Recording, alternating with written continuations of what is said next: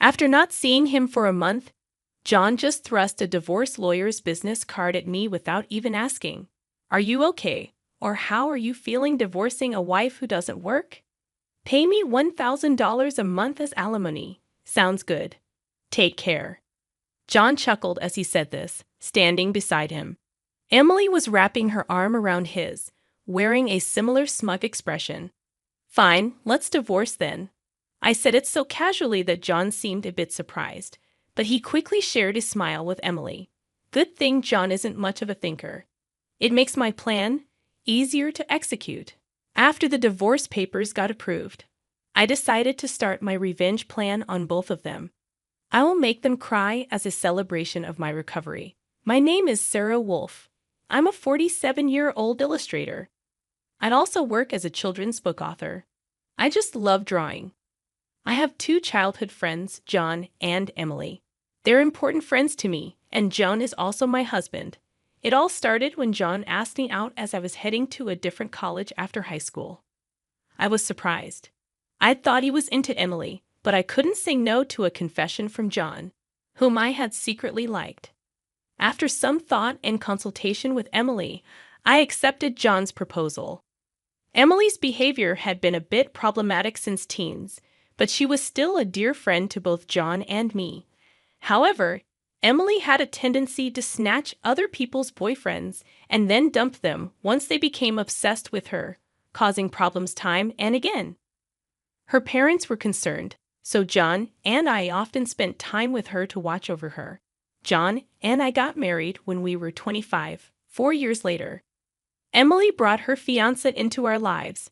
His name was George, a professional working for a top-tier company. Nice to meet you, Sarah and John. I've heard so much about you. Looking forward to our future together. George was very polite, and we all got along immediately. We would get together during holidays and vacations, taking trips or going on long train rides to enjoy some drinks. However, things started falling apart after Emily got pregnant 2 years into her marriage. John and I originally had many siblings, so there was no worry about an heir. So we decided we didn't need children. Both of us loved kids, but weren't keen on actively caring for them. Besides, we loved our freedom to travel and enjoy drinks. We often found it heartwarming to see families with children, but it was never more or less than that. When Emily announced her pregnancy, John's attitude started to change. He quit smoking because Emily said she couldn't stand the smell, and even offered to drive her to doctor's appointments using his vacation days. I warned him, "George might get upset if you're always with Emily." But John argued back, "You have work, don't you? She's our childhood friend, and she's reaching out for help. You're heartless." I said, "I've been buying things and helping where I can, but going with her to the obstetrician is crossing the line." When I said that, John frowned, and then he glared at me. "Why?" "Because Emily wants it, right? She says she's anxious about the checkup. I can't just let her go alone if she's anxious.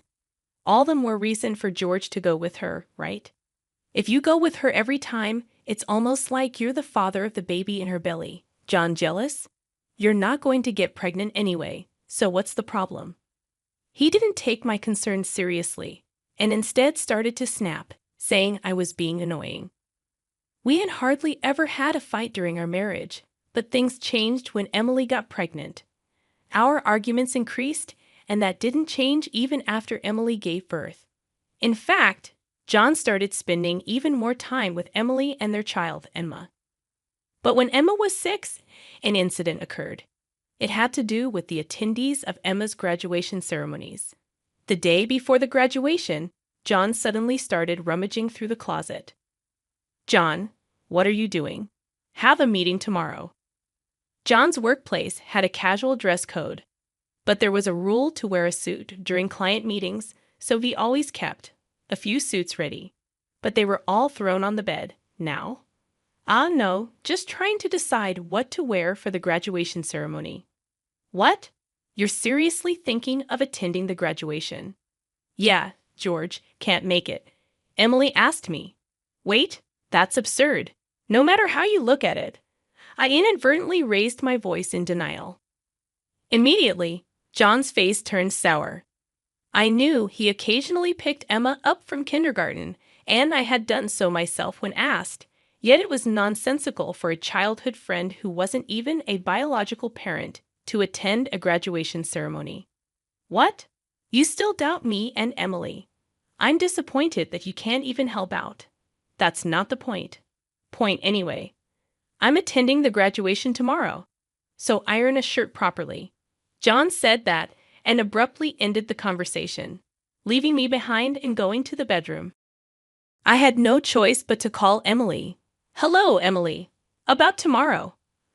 Sorry about tomorrow. I'm borrowing John. But won't George be upset about the graduation attendance, Sarah? What are you talking about? Obviously, I haven't told George that the graduation is tomorrow. I'll tell him after the ceremony. I was shocked to learn that George didn't know about the graduation schedule. Upon further questioning, it seemed that Emily hadn't informed George about any of the kindergarten events so far, and John had been acting as the father at the kindergarten, which made me dizzy with its selfishness. Wait a minute, Emily. Isn't that extremely unreasonable? It's disrespectful to George, and just because he's a childhood friend, eh? What's wrong? Sarah, you're scary. Well, see you tomorrow. Wait, Emily. I was trembling with anger at Emily, who unilaterally hung up the phone. Still, in the end, I ironed a shirt, prepared a tie, and the next morning saw John off to Emma's graduation ceremony. Since then, Emily and John started going out more frequently, from once a month to once a week, and then to 3 times a week. Eventually, even George seemed to have some suspicions, and one day, while John and Emily were out, he visited our house alone. I'm sorry for visiting you late at night. There's something that's been bothering me. Is it about the 2 of them? Yes, I would like you to take a look at this. George showed me the GPS history he had installed in Emily's car. It showed that she had been staying at a hotel 3 times a week. All of those days, she was out with John, and just by looking at George's face, I understood what that meant. What do you want to do, George? I want to take revenge on those 2. Me too. I can't forgive them for betraying us after all this time. We started planning our revenge on them secretly. First, I started by increasing my income because I had been saving by doing housework and taking care of Emma. My income had drastically decreased. George switched to working from home. And when Emily and John would go out, he would bring Emma to my house, and we would take care of her together. Neither Emily nor John realized that we knew about their relationship, and we were able to gather solid evidence. Once we had collected enough evidence and were ready to take our revenge, we discovered a shocking truth about Emma. George and I struggled with the decision, but we both agreed that we didn't want to hurt young Emma, so we decided to wait until she was an adult to take our revenge. However, even though we decided to endure for 10 years, I was struck with a serious illness. I needed long-term hospitalization, and even at best, I wouldn't be discharged for at least 2 years. Although I could work from the hospital room, it was certain that I would have to reduce my workload. After informing George about the situation, I consulted John. However, John's reaction was no different from when we were making small talk. I'll visit you once in a while. I felt that John no longer had any affection for me, as he didn't even ask about my condition or the name of the disease. In reality, John only visited once a month or once every 2 months, and after Emma's 15th birthday, she started acting strangely. Although she used to visit me almost every day right after I was hospitalized, she became distant after her 15th birthday. However, neither George nor I could figure out why, and we were puzzled. Even when we asked Emma, she just said, "Don't worry about it." However, we ended up learning the reason from John, who rarely showed up. Hey, it's been a while. Yeah, it has. John, who had completely transformed into a flashy appearance, walked in without even knocking. After not seeing him for a month, John just thrust a divorce lawyer's business card at me without even asking. Are you okay? Or how are you feeling divorcing a wife who doesn't work? Pay me $1,000 a month as alimony. That's the deal. So take care, John said, grinning from ear to ear. Beside him, Emily wrapped her arms around John's with a similar expression on her face. Fine, let's divorce then, I casually agreed, which seemed to surprise John for a moment. But he quickly exchanged smiles with Emily. It was good that John wasn't the type to think too deeply. That's why my plan worked so well. After receiving a notification that the divorce was finalized from John, I decided to start my revenge plan against the two of them. I will make them cry as a celebration of my recovery. I promptly started to take action. First, I contacted George to transfer hospitals. Then I informed my lawyer that they would be mediating between the two parties from now on. George also began to act at the same time. He moved near my new hospital with Emma, and he started to visit me frequently. Emma still had a gloomy expression, but I was happy that she came to see me every day. Most of my belongings were already in the hospital room. So I told John to dispose of the rest. I didn't want to bring anything that the two of them might have touched into my new life. Once the hospital transfer and George and Emma's move settled down, I received a call from John. I had only left my seat for a few minutes, but my smartphone already showed 30 missed calls. I answered the phone, feeling exasperated. What? Hey, what the hell is going on? I could hear the voice of a troubled real estate agent behind John's panicked voice. I also heard Emily yelling, which made me feel sick. What do you mean? What's going on? It's obviously about the house. Why do we have to move out? John shouted at me as if it wasn't his fault at all. I replied to him coolly, obviously because that's my house. Huh. John seemed to have completely forgotten. But the truth was the house we lived in was a room I rented as a workspace. When I started to make a living as a freelancer, at that time, I didn't have enough income to maintain 2 houses, and John didn't have enough income to live alone. So he ended up moving into my place. Therefore, Jan had never paid the rent or utility bills for that room. Although I received some money from him for living expenses, it wasn't enough to maintain the place. Unfortunately, that room was already canceled. It was far from the hospital I transferred to, so I had processed the cancellation the day after submitting the divorce papers. I didn't inform him because the real estate agent who knew the situation said they would contact him. George and Emma suddenly disappeared, and our house was sold. What are we going to do about our new house? I don't know. Maybe stay in a business hotel for now. As I turned on the speaker and started working, John yelled in frustration, "Don't screw with me." However, he seemed to remember something and started speaking in a more soothing tone. Well, whatever. When will you transfer the money? We're running low on cash.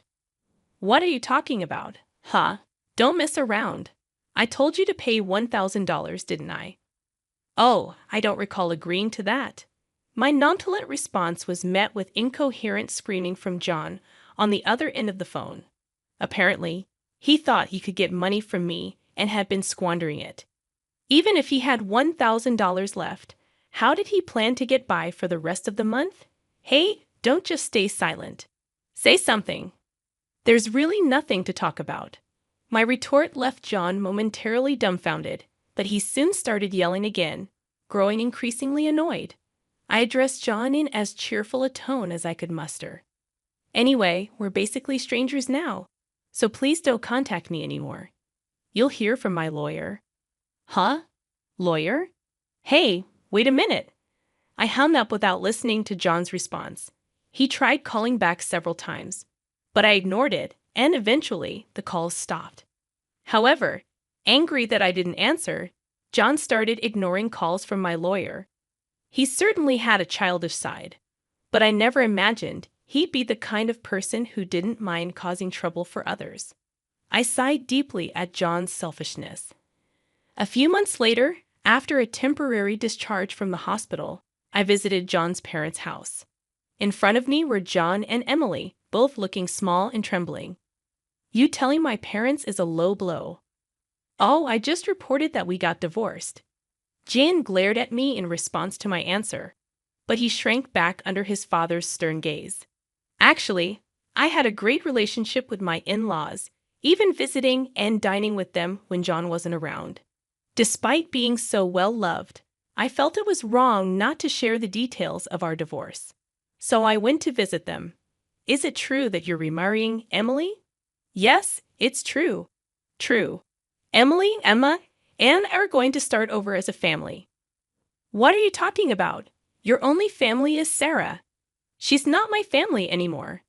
John's words made his father frown with a look that seemed to say, "Give me a break." John shook his head a few times, then handed me a piece of paper. It was a bill from a nearby luxury hotel. What's this? It's the bill from the hotel we stayed at. John, acting as if it was obvious, pointed at the bill on the table, then suddenly collapsed. Oh, what the heck, Mom? I didn't raise you to be like this.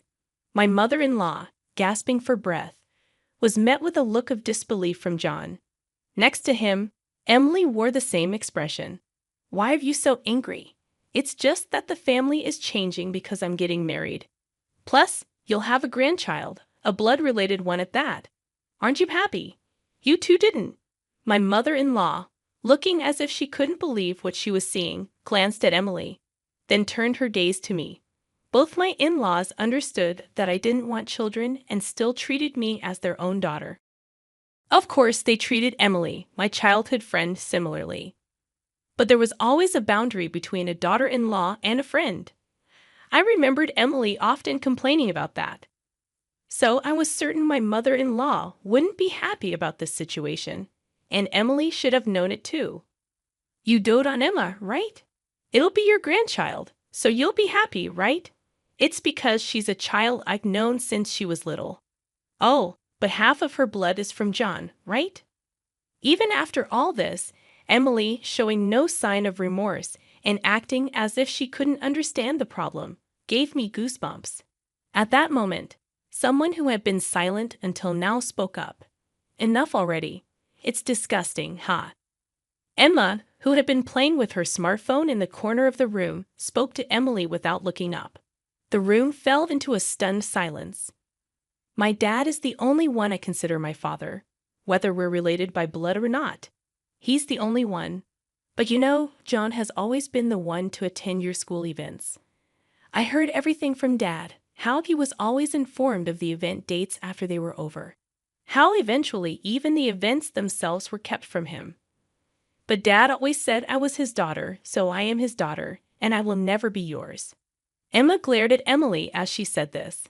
Then, sitting beside me, she switched to a more concerned tone. You know, when I found out about this, I thought you would hate me. But Dad said that wasn't the case, so I came here today. Emma, I love you so much. You were so kind to visit me every day while I was in the hospital. I was really happy, Sarah. Emma, perhaps relieved of her anxiety, teared up and hugged me tightly. It might indeed be a child resulting from an affair between John and Emily. Yet it's a child I've taken care of for 15 years. There's no way I don't have affection for her. Speaking of which, Emily, weren't you curious why I wasn't surprised when I found out Emma is John's daughter? Ah! Emily looked startled. Before she could speak, a new person entered the room. We knew from the start, 10 years ago actually. George suddenly appeared. Understandably so, as she had recently unilaterally demanded a divorce, citing irreconcilable differences. I was shocked when you mentioned divorce. Oh, and, unfortunately, you're not divorced yet. The divorce papers are still here. Didn't you notice? What? I figured it wasn't in Emily and John's nature to confirm things. But I couldn't help but be stunned that Emily, despite the 100-day waiting period for women to remarry, hadn't noticed for months. So, Emily is still my wife, and Emma is still my daughter. Well, since there won't be a wife, though. Wait, what do you mean? A 15-year-old can choose their parent. That's not true. Emma wants to be with Mom, right? Emily said that and looked at Emma. Emma frowned at Emily and held my hand. Emily was speechless at that and glared at me. Then John suddenly burst into laughter. So that's what it is. You two are together, huh? But too bad. Isn't it impossible to live on George's salary alone? Can you stop making weird assumptions? Also, it seems George earns double the amount you think. Emily knows about it, huh? It's probably a bluff. A lol. Besides, it's impossible for you to work while dealing with your illness. You'll just die miserably somewhere. This time, I laughed at John's huge misunderstanding. John, seeing me suddenly start laughing, was getting frustrated. You didn't know about my income, did you, huh? It's probably just a bit more than a part-time job. No, it's different. My annual income is $500,000, huh? John's eyes and mouth were wide open in shock. Emily was also stunned. In fact, over the past 10 years, I had become a popular children's book author, and my income had skyrocketed from essays, interviews, and the like. Moreover, a film adaptation is planned soon, so my income is skyrocketing. Liar. Oh, do you want to see this? I said that and showed Emily my bank account screen. It clearly showed a large amount of money being deposited every month. Emily was at a loss for words when she saw it. Sarah, let's make up, huh? What are you saying? Emily was furious at John's words. Blinded by the money, I watched them blankly and then opened my mouth. Well, if you want to get married, feel free. Oh, and I'll definitely take the compensation for damages, Sarah. Wait, Sarah. Ignoring John's words, I took Emma's hand, and after saying goodbye to my in-laws, I left their house. John originally worked at my father-in-law's company, but it was revealed that he was lying about going out for sales, and he was fired. My father-in-law planned to forcibly put him on a friend's fishing boat and work him to the bone.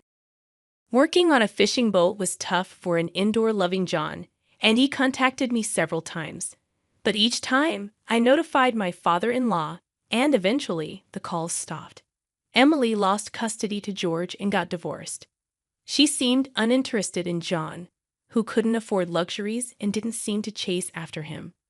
She was disowned by her family and lived alone in a rundown apartment. She hadn't worked at all since getting married, and since she had always made others do things for her, she couldn't do anything herself. And there were hardly any places that would hire her as a full-time employee. Still, she had to pay for her living expenses and child support, so she worked multiple part-time jobs and barely made ends meet. After entering high school, Emma worked hard every day to study abroad and go to a prestigious university overseas. Being originally diligent, her dream is to translate my picture books and deliver them to children all over the world, which makes me happy. As for me, my picture books are selling well, and I am receiving more and more offers for anime adaptations and merchandise. My illness is also progressing well, and although I am still hospitalized, my doctor recently told me that I might be able to leave the hospital next year. And one more thing. George and Emma come to visit me every day. Actually, George recently confessed to me with remarriage in mind. I haven't given my answer yet, but I can't help but have feelings for him. He said he wants to live together when I leave the hospital. While thinking about what to answer, I work on my picture books every day, hoping for a happy future for us. I weave stories again today.